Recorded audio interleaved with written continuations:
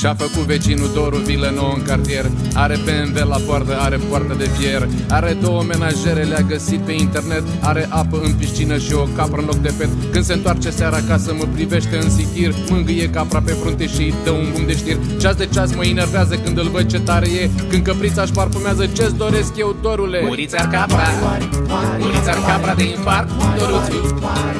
Muriți-ar capra, muriți-ar capra de infarct, Doruțu.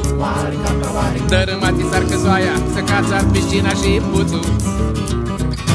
Dacia nu mai pornește, Doru își pune whisky iar. Îmi miroase casa pește, Doru papă caviar. Eu am buruien prin curte, el cu capra pe gazon. Ca să-i facă masaj caprei doar apasă un buton. Eu am migrație în casă, Doru tot pe metereze. Își ascule și concepe un tablou din căcăreze. Nici nu trece o săptămână că apare la TV. Că a descoperit pictura numai din căcăreze. Muriți-ar capra, muriți-ar capra de infarct, Doruțu. Muriți-ar capra, muriți-ar capra de infarct, Doruțu.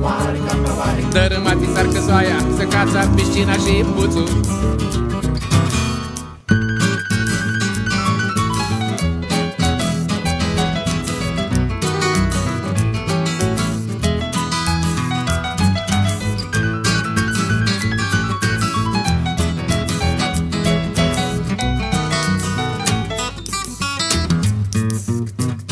Iar m-am pomenit la poartă cu un polițist mascat. Dorulețul mă acuză cum că capra i-am stresat. Capra lui nu mai mănâncă, nu mai e prea pizza cu ton. S-a luat de băutură, nu-i mai place pe gazon. BMW-ul nu-i mai merge, Doru într-o disperare mă anunță că de mâine el mă bagă la răcoare. Capra bea și se droghează, eu nu știu ce să mai fac. Când o văd că scoate limba și face stop cardiac.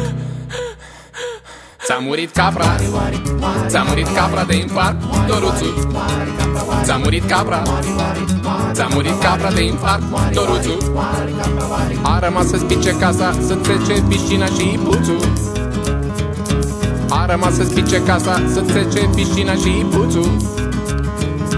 A rămas să spice casa, să trece piscina și puțul.